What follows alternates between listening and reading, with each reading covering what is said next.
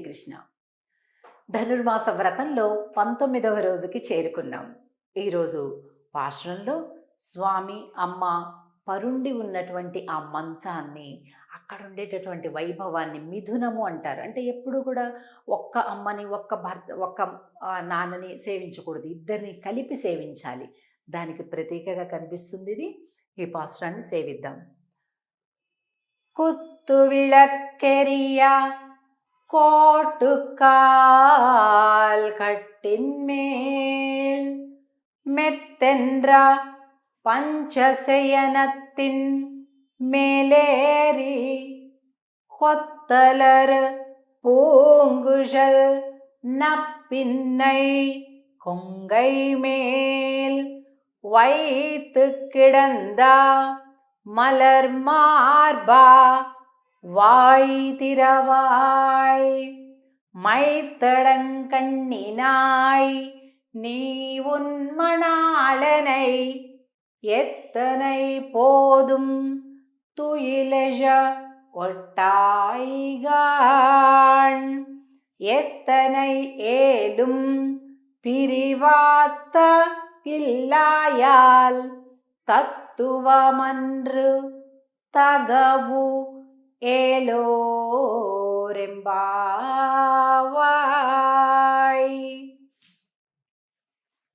అమ్మా తత్తువమన్రు తగవు ఎండ్రు అంటున్నారు చూడండి చివరి పాదంలో. అంటే నీ స్వరూపం కాదు ఇది, నీ స్వభావం కాదు, మమ్మల్ని కలుపు తల్లి స్వామికి అంటున్నారు. అలా రిక్వెస్ట్ చేస్తున్నారు ఈ భాషణంలో.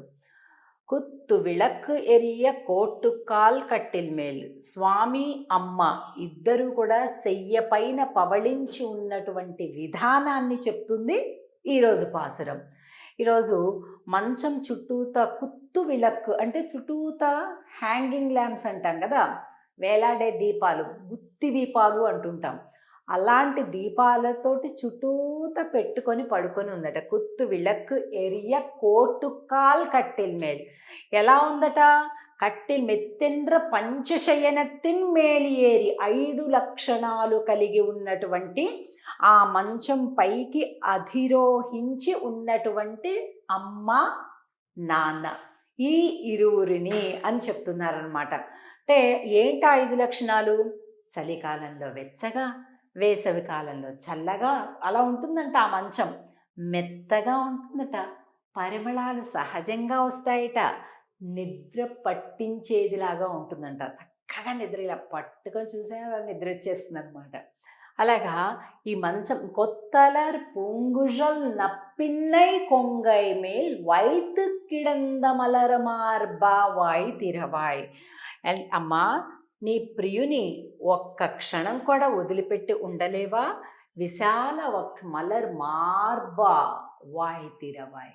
అంటే నీ స్వామి విశాల వక్షస్థలం కలిగినటువంటి వాడు అని అంటూ, నీవు బయటికి రాకపోయినా కనీసం ఒకసారి మాట మాట్లాడచ్చు కదమ్మా అని అంటూ నీ విశాలమైన కన్నులతోటి స్వామిని ఆపేస్తున్నావా ఏంటి? ఆయన రావటం లేదు, నువ్వు రావడం లేదు అని ఇలాగ చెప్తున్నారన్నమాట.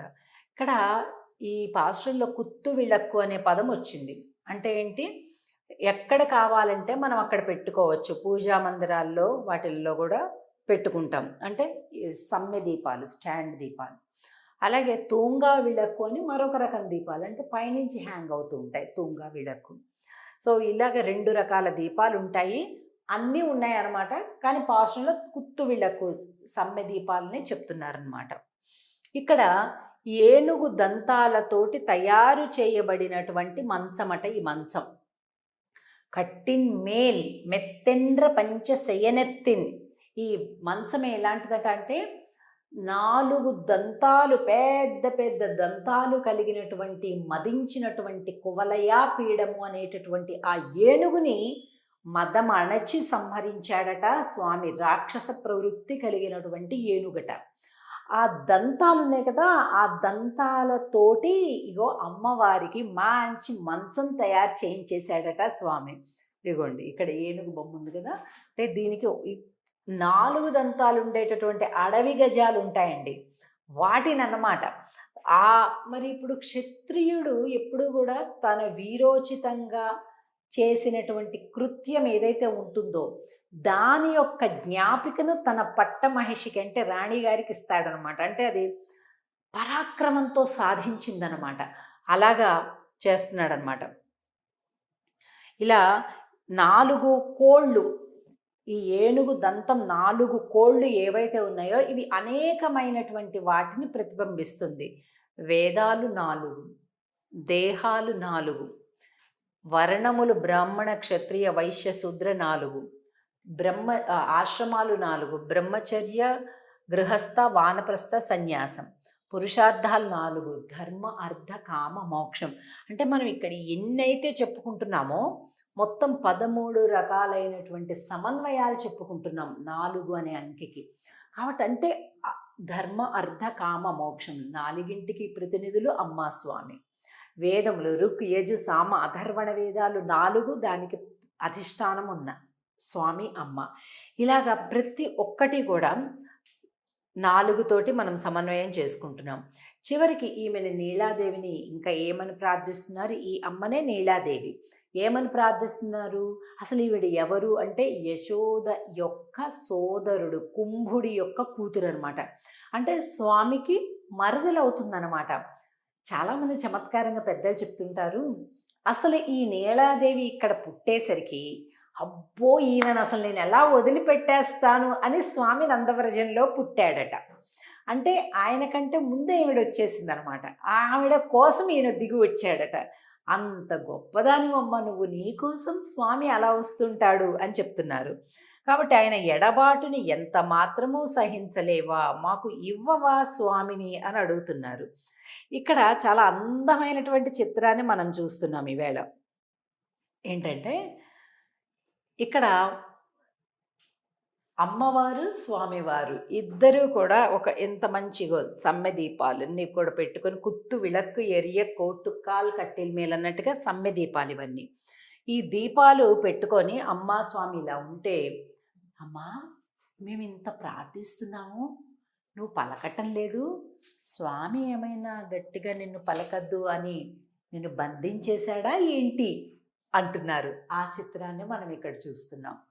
అలాగే ఇక్కడ సరే ముందు ఆయన ఆపాడు, ఆమెను మాట్లాడనివ్వకుండా ఆపాడు, బాగానే ఉంది. కానీ తర్వాత ఆయన వద్దాము అనుకునే సమయానికి ఈవిడ ఒకసారి పట్టుకొని ఆపేస్తుందట స్వామిని.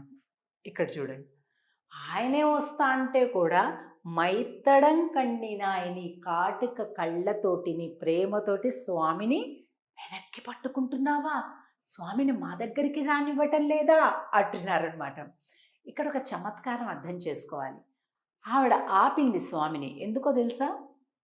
ఆవిడ ఆపినా సరే కాదు నేను వెళ్తాను, అగో నా బిడ్డలు వచ్చారు అని తనకు తానే మన దగ్గరికి వచ్చి అనుగ్రహించే విధంగా అమ్మ చేస్తుందన్నమాట. ఇక్కడ మన దగ్గరికి రాకూడదు అని కాదు, మనల్ని అనుగ్రహించకూడదు అని కాదు, ఆయన్ని పట్టుకొని ఆపి అయినా సరే వెళ్తాను అని ఆయనకైనా స్వయంగా, అంటే తోస్తే వెళ్ళేది ఒక రకంగా ఉంటుంది, కావాలని ఉత్సాహంగా చేసే పని మరొక రకంగా ఉంటుంది కదా.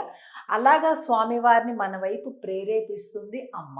అందమైనటువంటి అద్భుతమైనటువంటి చిత్రమాలిక ఈ 19వ పాశ్రంలో మనం ఇదంతా కూడా చూస్తున్నాం. తిరిగి మనం చాలా అద్భుత ముక్కోటి దేవతల్ని కూడా స్మరించేటటువంటి పాసురం 20వ పాశ్రంలోకి రేపటి రోజు ప్రవేశిస్తాం. ஆண்டாள் திருவடிகளே சரணம். ஜெய் ஸ்ரீ கிருஷ்ணன்.